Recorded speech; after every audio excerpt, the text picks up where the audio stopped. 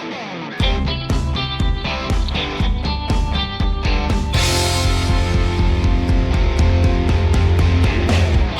to your weekly episode of Reset 42.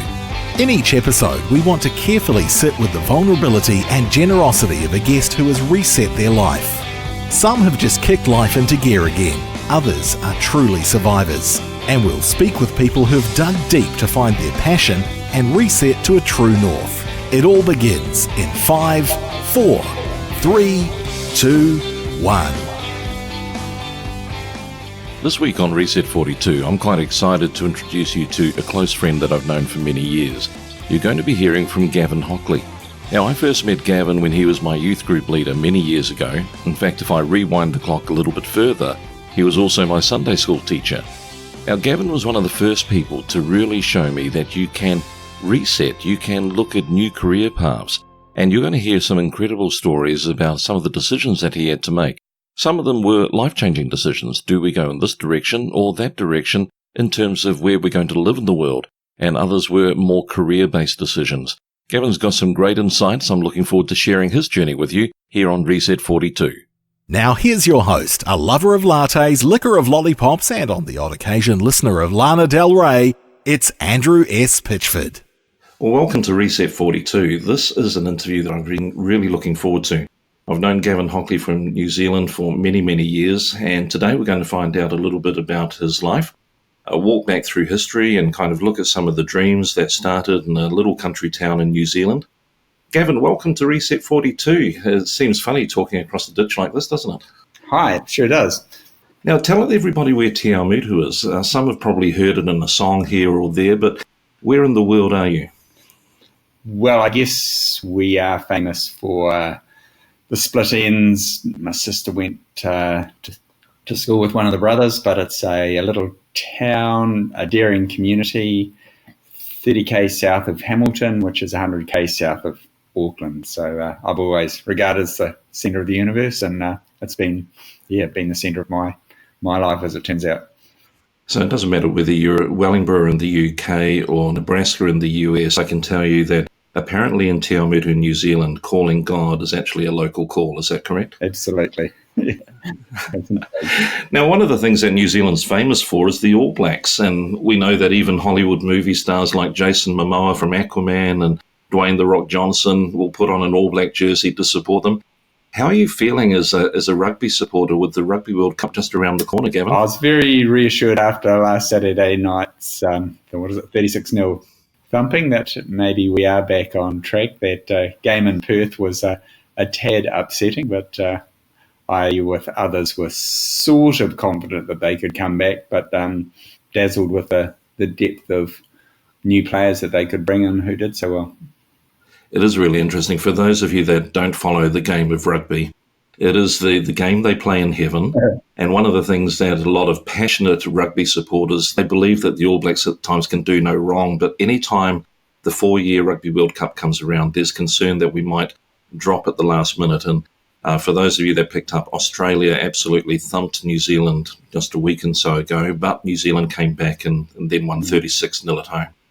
Well, Gav, let's go back a number of years. As we say, we jump in a time machine and have a look back to when Gavin Hockly was growing up on a dairy farm in New Zealand. Can you describe to us what life was like then, what the family life was like, and maybe what your hopes and dreams were growing up? In some ways, it was very simple life, very strong church faith existence in terms of went to school. Dad was got up 4:30 in the morning to milk cows, but he was always in by 7:30 to have breakfast with us, and we'd head off to school. And church was 11 o'clock on Sunday till we didn't come home till 3 o'clock, and then church on Sunday night, and Dad would be off to what was called the prayer meeting on Tuesday night, and as we grew up there was youth group on Saturday night, so that was very much sort of our world, simple in some ways, but we learned good disciplines, had strong faith, and that's how it happened from the start. That's my enduring memories of it. Yeah, you must have had a lot of respect for your dad, and I guess the funny thing is it was an age where we didn't have Hollywood celebrities on our phone that we were following. We actually took a lot of cues from family and those around us. Would that be the kind of the journey you were on at the start? Absolutely, Dad. Yeah, Dad was sort of my hero growing up, and Mum was an amazing, totally given to her kids type of mum, and so we were very secure, and that just gave us a good perspective of sort of as we headed into the teenage years and wondering for ourselves, where our own journey was going to take us. Now, it's interesting that my earliest recollection of us meeting was me as a young guy going to a Sunday school where I think you were about 18 years of age leading the Sunday school. And one of the things that absolutely blew me away is that you were waving this big Bible prize for anybody that could learn their memory verses. And I thought, yeah, there's a competition that I'd like to win. But you went from there to actually looking later on in life of moving off the dairy farm and going into teaching. Now, tell me what's happening in your life at that time. You're married, you've got some children? Yes, by the time, when we married, we were on the dairy farm. I had this, it wasn't a random thought. When I was at school, I was interested in teaching. And one day I heard a teacher talking to a person behind me saying, "Oh, look, you've got an application for Teachers College. You still want to follow through with that?" And it was on the tip of my tongue to say, yeah, I'd actually really like to do that. But lack of courage at that time, I just let it slip by. And so I left school, ended up farming with Dad. And when we got married, dairy farming. And within a couple of years, we had our eldest son, Cameron, turned up. And yeah, I just became disenchanted with dairying. I thought, I can't do that for the rest of my life. Interested in going overseas to do missions work. And so the farm got sold and we were planning to go overseas, but in the end, that just wasn't going to happen. And so we shifted into town, did youth work. That would have been a big kind of weighing up time of your life. We could go in this direction, we could go in that direction. Can you recall what some of the things were that you based your decision on? As far as going to Zambia, like it all seemed to unfold when I thought about getting out of dairy farming and going to Zambia. The farm was soon sold, so that wasn't going to be an issue. We found a place we could shift into town. But the more we talked about it, the more I appreciated Lizzie's unease about that as what we should do for the future. And that was really hard. And we would look at some events, like we both watched Fiddler on the Roof, and I got inspired by the fact that family suddenly had to be uprooted and head to a country they didn't know where and all the rest of it. And she was just devastated and just saw that as just so terrible that the family would have to leave home. So there was a bit of disconnection, I guess you would say, between Lizzie and I, and we just worked through it. And in the end, we realised we've got to work together, and that wasn't going to work. The difficulty then was what was Plan B, and so interestingly enough, the youth group leader left at that time, and I started working with the youth group at our local church. And it's amazing because I probably came along your life at that time, and I can remember 1983, a Ford Cortina station wagon doing the rounds, a home in the town, which was ideal for a youth group venue for different things. Did you feel kind of like you had a united purpose at that point, and where did the teaching come into the picture then? Well, we settled down, we got into the youth work. I did some building in that time. We built a nice big basement, as you remember, for the youth group, and we get about 50, 60 people in that. So it was a really cool time in itself, and sort of I wondered then, well, is this what I'm meant to be, a full-time youth worker for the church? But that just didn't really sit with me. It was interesting. I was keen at that stage still to do a bit of teaching, and I designed a couple of sessions with the youth group where I did the teaching, and those very interesting, honest youth leaders that were in amongst it, they just says, "Oh, we don't really like that. We'd rather just break into small groups and do a lot more sharing." And I sort of thought, oh, okay, so that's not going to work out. So I still realise I like the idea of more formal teaching. And so while I carried on doing the youth group, I investigated going to teachers college, and interesting, working with one of the guys in our youth group. Just had this 3 weeks where we were just going to pray and really consider what I should do. And 3 weekends in a row, I bumped into people who had ended up starting in youth work or such like, and ended up being teachers. So I took that as a bit of guidance, went ahead and went into my training. Now, a lot of people will leave secondary school and move straight into university to get some form of degree, teaching qualification. But this is actually a little bit further down the track. You're in your early 30s at this time? Yes, we'd had our second son, Hayden, was born. He was a couple of years old, I suppose. So, yeah, I was just about turning 30, just about 30 at the time. So, yeah, it was a big change. What I like about what we're going to talk about is that this didn't just reset you for life. There's been a couple of other moments along the way where you've been able to make these evaluations and decide what to use from your past career and life in order to make other decisions. But where did life go for the next 5 to 10 years after that? Well, I did my degree. It was the time of Rogernomics, if that's of any value to you, but I was becoming an economics teacher, so that was good. And it's amazing, when I contacted the local school when I was finally qualified, he said, "Oh, you must be psychic or something. There's an economics job here for you if you want." So I didn't even actually have to apply for it. So that was really cool. So I carried on teaching, did that for about 15 years, and that got a bit unsettling. I thought, there's got to be something more to do. I was interested in pastoral work, and at that stage I decided to just go part-time teaching and work at the local church.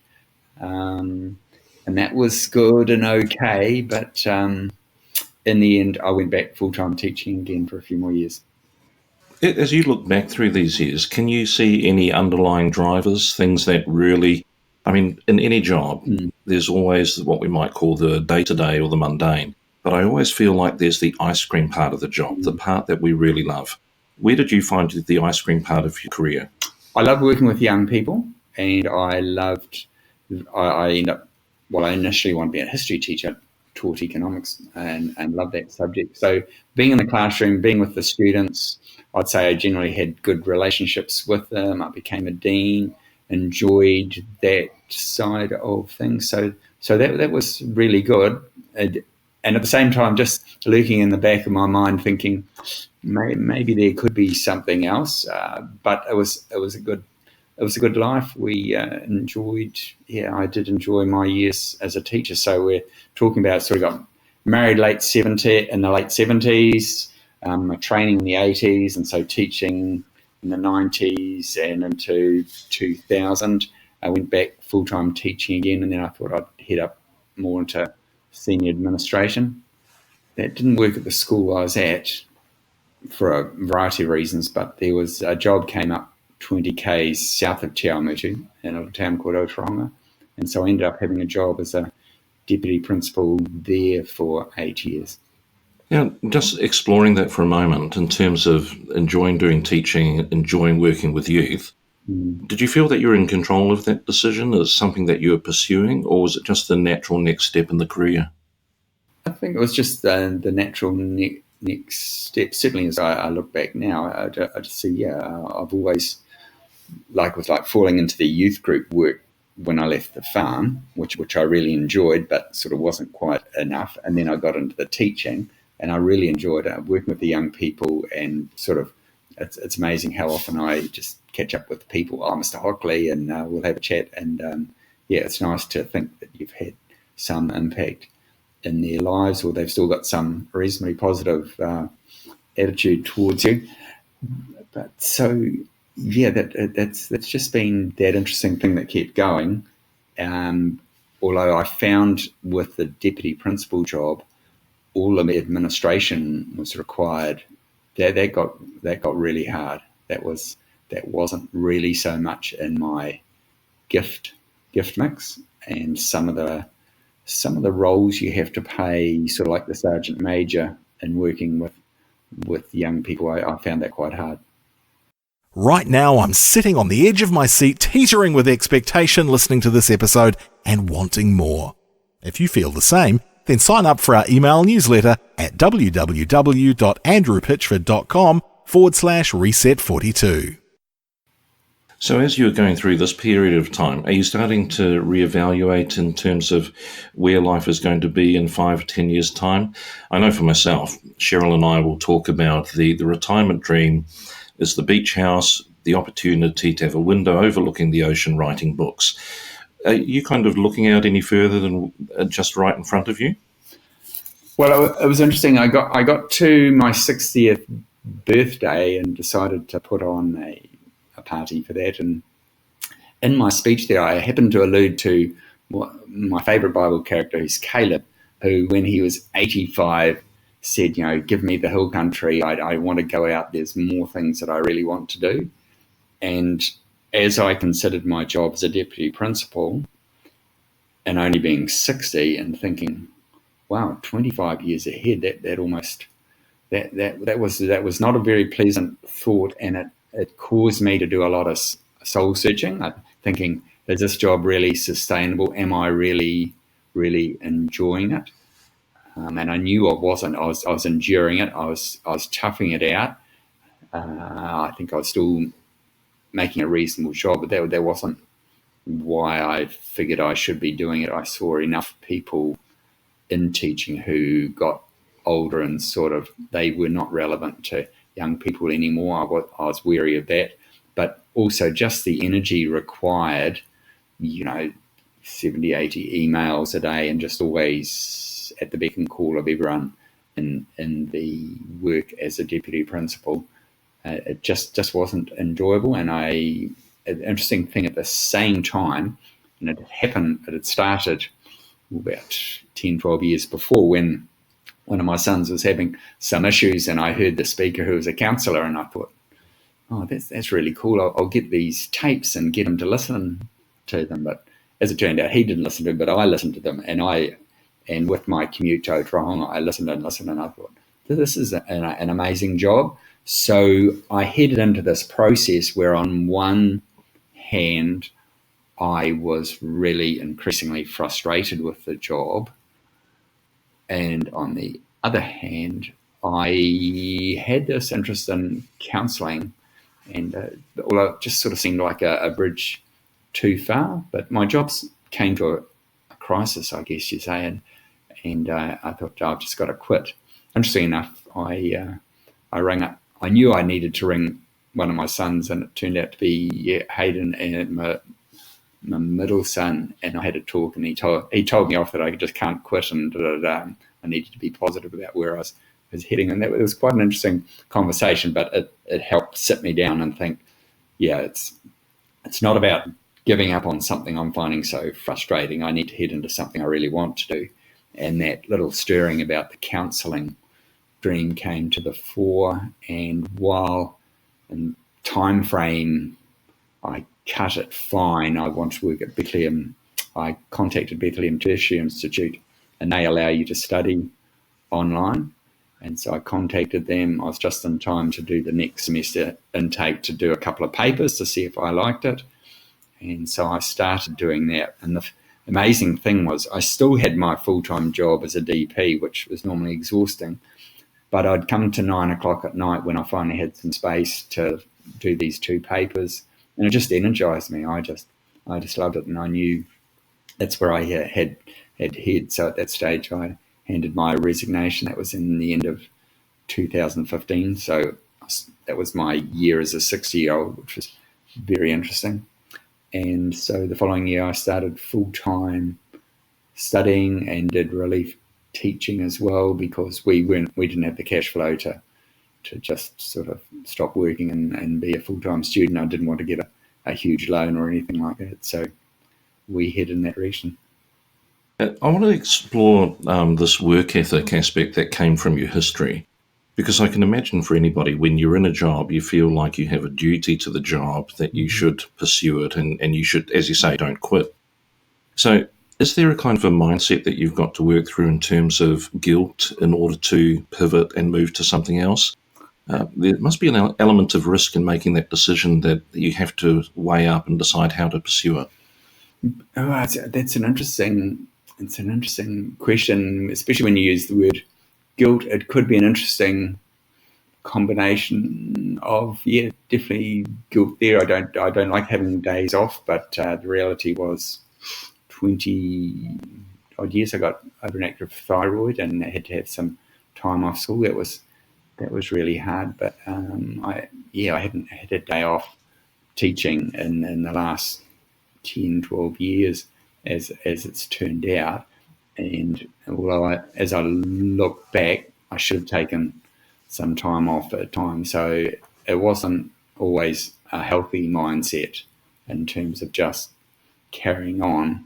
I don't know where that line is, but I certainly, believed and worked out that you pushed yourself until you did actually drop as such. But I think part of my counselling, the wonderful thing about a counselling degree is you do investigate at quite a deep level about what you think about yourself and how you need to look after yourself. And if you don't sort out things for yourself, you're certainly not going to be in the right frame to help other people work through their issues. So that's been an interesting process. As I look back, in some ways, I was I'd sometimes describe my dad as a tough old coot, but the apples don't fall far from the tree, as it turns out. And so sometimes I was just too hard on myself and obviously others. So as you look back retrospectively, I'm seeing a pattern where it seems like you feel in control or have the ability to control those decisions. Mm. But were there moments where it actually felt out of control? I don't know what decision to make. And there are outside factors that are actually too much for me to bear. How have you dealt with those? That's when faith has come back to the thing that, okay, God, you are in control. This doesn't seem to make sense, but I believe you are there for me, and I will just push through and I'd describe it sometimes as almost like a zombie state where you're just going through the movements and doing stuff, but there's no heart or soul really going into what you're doing. Sad to say, I've been an avid journalist for a long time, last 25 years, just writing through. And as I look back at a lot of that stuff, it seems pretty dark and all the rest of it. But being able to talk to God about how hard I was finding it and looking for ways to push through. And I've read my Bible every day, and I just find that quite amazing at times, where it's a bit like the gold prospect. There isn't a lot of gold there, but every now and then something does turn up, and it's very valuable. I guess I'm grateful I've had a good marriage. Lizzie and I are good mates, and we work through things together. So, and that's the other interesting thing. Woman's intuition is one of the most amazing gifts out there, and she knew when I was really struggling too much, I guess you'd say, and she'd really talk to me and really support me in a wonderful way. So it's been a blessing too. So when you look on where you are today, Gavin, do you see this as a series of linear events that are connected at different pivot points in your life? Or do you look at it as a series of layers that lead to who Gavin is today? Definitely the layers kind of thing. As I say to a friend of mine, I'm living the dream. And so whether it's even the farming, the management side of farming, and just being able to have a lot of stuff on your plate and be comfortable working through it. So from the dairying time, working with the young peoples and getting into teaching and so on, it's all just built, I guess, a bit like that, sediment layers. They've all just been valuable as I look back now and just who I am and today. And so, that would be more where I'd assess my life. So as I look back on the life that I've known Gavin Hockly, there are so many different people that are connected to you, and I can imagine the number of students through the college teaching and deputy principal days is going to be numerous. But can you look back and see some kind of keys that are the fruit of your life that you look back and go, that has made life worth living? Yeah, to me, life worth living is really connecting with somebody, and it's one of those love languages that you can really have a great conversation. I've never been one of those blokey guys to sit in the pub and tell stories and stuff like that. I'd rather just sit down with a coffee and have a really good conversation. And I realise that's the essence of who I am. That's why counselling is so wonderful.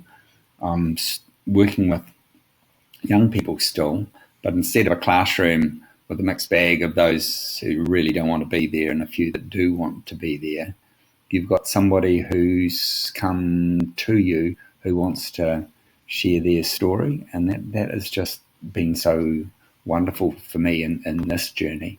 Just having that amazing privilege. It's a bit like coming into a holy place, so to speak, where they just want to talk and share about their life, and that I see is one of the things that really, really blesses me, just really connecting really well and really deeply with people. Well, Gavin, I think you've got an incredible story to tell. I think there's a lot of people in life who, maybe it's early on in their career, and particularly there's a lot of people that change jobs or even change their study course because they're not really sure what they want to be. And what I like about your story is that you've been able to build on each of those moments and then take it into what you do love, which, as you say, is connecting and having an impact on young people. Thank you for joining us on Reset 42. This has been another opportunity to look at how we can reset life, and just another example of the different ways in which people can do that. So if you like the podcast, please do go, whether it's on iTunes or the podcast platform that you use, and do leave us a review. We'd love other people to find out about these stories and be able to share them with their friends. And we look forward to joining you again soon on Reset 42.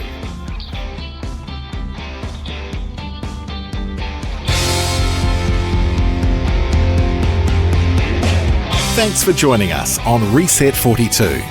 Now, before you go, without leaving a tip for your waitress, please remember to subscribe and leave a review on your favourite podcast platform. Visit us online to share the episode. Show notes are found wrapped with a bow at www.andrewpitchford.com/reset42.